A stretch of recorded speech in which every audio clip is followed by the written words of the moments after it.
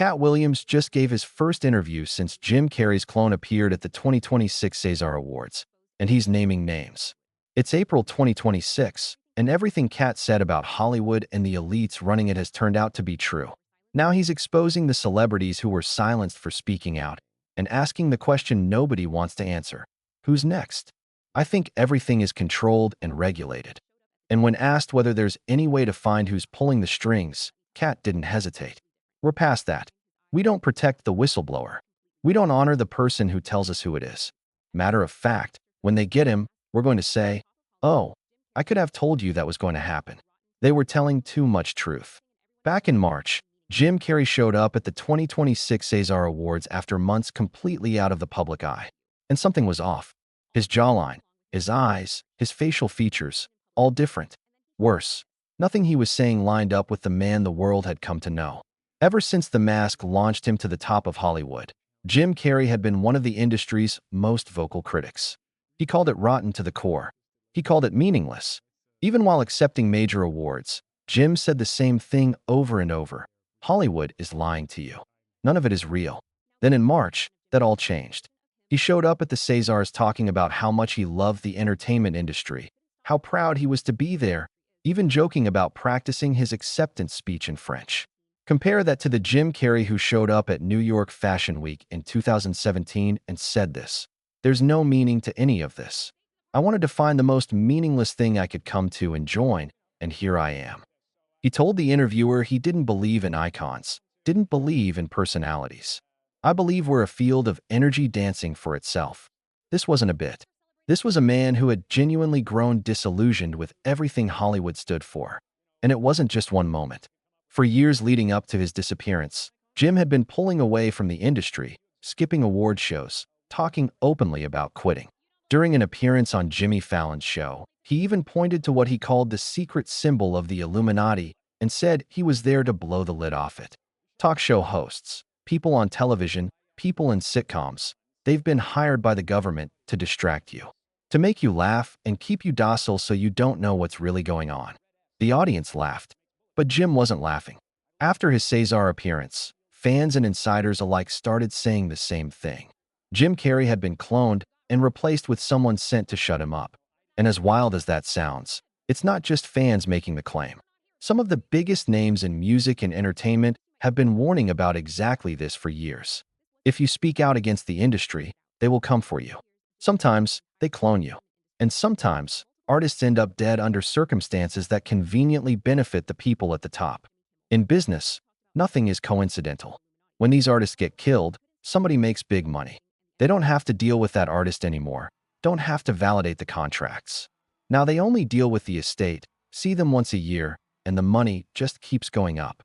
Right before Kanye's public breakdown, he posted a video warning that Hollywood elites were trying to control him. He told his followers to follow the money. Look at who benefits every time someone disappears.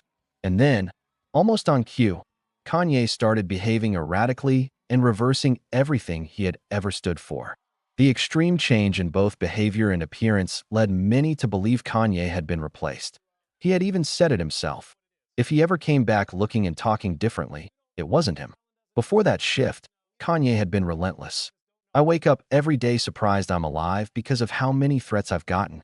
But someone has to lift up that couch. And the moment you try, the whole industry says stay away."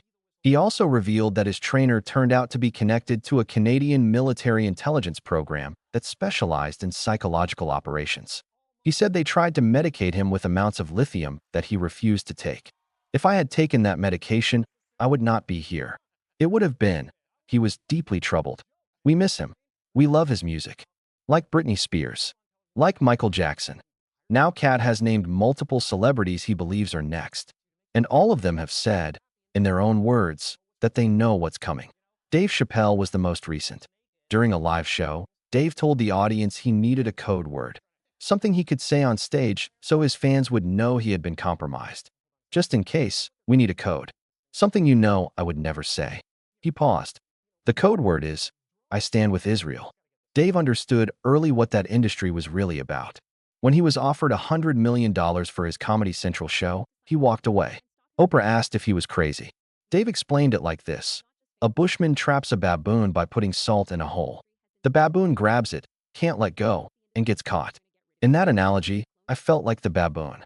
But I was smart enough to let go of the salt. Katt went further. He said he's had to turn down $50 million 4 times just to protect his own integrity. Then there's Jamie Foxx. Around the same time Diddy's mansion was raided, Jamie Foxx vanished from the public eye for nearly a year. When he returned, he said he had taken an aspirin and woken up in a hospital with no memory of what happened. But what he revealed during his comeback shows was that while he was lying in that hospital bed, his biggest fear was being cloned. He said he snuck his phone in to check what people were saying, and when he saw the clone rumors, he panicked. "That's it. They're trying to clone me." He laughed it off on stage, told the crowd you can't clone what he brings. But behind the jokes, the fear was real. Katt Williams doesn't think it was a joke. He believes the person we're seeing now is not the real Jamie Foxx. According to Katt, the clone kept making mistakes, showing up with a face full of freckles when Jamie Foxx had never had freckles, and missing a tattoo on the back of his head that the real Jamie had. Katt also says Jamie was connected to Diddy's circle, which is why he was taken out right around the same time everything came crashing down on Diddy. And Katt knows more than he lets on. He explained that he was never invited to the parties, but he was invited to the parking lot by people who ran the shuttle service that brought celebrities up to the Hollywood Hills. So he watched. He sat on a car, smoking, watching the biggest names in Hollywood load up onto those shuttles and disappear into the night. 5 hours later, he was still there when they came back down. All these big-time Hollywood men I watched go up there. They came down off that shuttle looking sad. All of them wearing Sean John, looking oily, walking funny, and their shoelaces were always untied. I don't know why their shoelaces were always untied. So here's the real question. Is Katt Williams exposing the truth? Or is he warning us before the next change happens right in front of our eyes? Do you believe Jim Carrey, Jamie Foxx, Kanye, and Dave Chappelle were actually replaced? Or is Hollywood simply using money, fame, and fear to keep its people in line? Drop your thoughts in the comments below, because this story is only getting darker. And if you want to keep seeing what Hollywood doesn't want exposed, hit like, subscribe, and turn on notifications so you never miss what comes next.